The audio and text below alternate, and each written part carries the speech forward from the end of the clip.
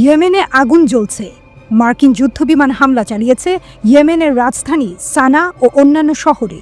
এই আক্রমণে নিহত হয়েছে বেসামরিক নাগরিকরা, ধ্বংস হয়েছে গুরুত্বপূর্ণ অবকাঠামো। কিন্তু প্রশ্ন একটাই, এই হামলা কি হুথিদের থামাতে পারবে? হিজবুল্লাহর কঠোর বার্তা। লেবাননের শক্তিশালী প্রতিরোধ সংগঠন হিজবুল্লাহ সরাসরি এই আগ্রাসনের নিন্দা জানিয়েছে। তারা বলেছে, এই হামলা শুধুই একটা ব্যর্থ প্রচেষ্টা, হুথিদের মনোবল ভাঙতে পারবে না কেউ। কেন এই হামলা? হুথিরা ইসরায়েল ও আমেরিকার বাণিজ্য রুটে আঘাত করেছে, গাজার অবরোধ তুলতে চাপ সৃষ্টি করছে, পশ্চিমা সামরিক শক্তির আধিপত্য চ্যালেঞ্জ করেছে।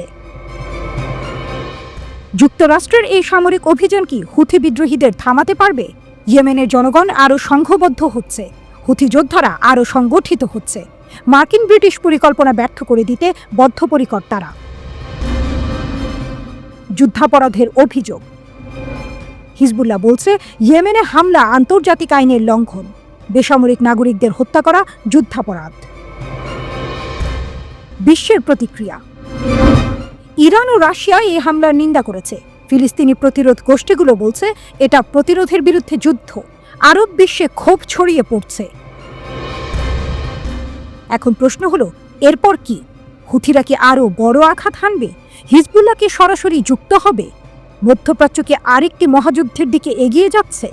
এই যুদ্ধ কি থামান নয়? হুথিরা পিছু হটছে না, প্রতিরোধ শক্তিগুলো আরও ঐক্যবদ্ধ হচ্ছে।